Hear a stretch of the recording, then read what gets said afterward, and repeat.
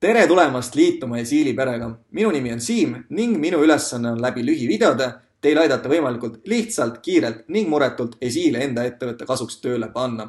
Kui sa vaatad seda videot, siis tõenäoliselt sa kas oled alles Esiili juurutamas oma ettevõttes või oled liitunud tiimiga, kus Esiil juba toimib ning soovid ennast kiiresti järje peale saada.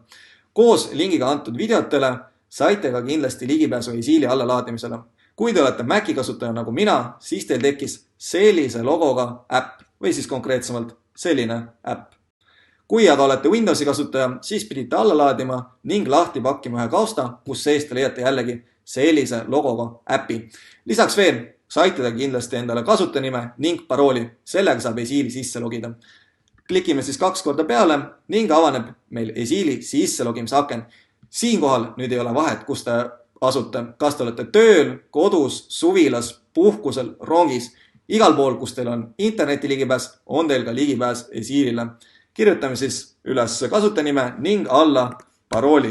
Vajutame Enter ning voilà, olemegi Esiili sisse loginud ning avaneb meil väga lihtne 5 valikuga menüü. Selleks, et te nüüd siin menüüs ära ei eksiks, soovitan ma vaadata edasi lühivideosid ning lugeda lisa meie juhendmaterjalidest. Kust juhendmaterjal leida? Meie kodulehelt esiil.com ning kui siit kerite näiteks alla, siis võtate juhendid ning oletegi sattunud meie juhendmaterjalide lehele. Siit ma soovitan võtta enim vaadatud juhendid ning kuidas alustada.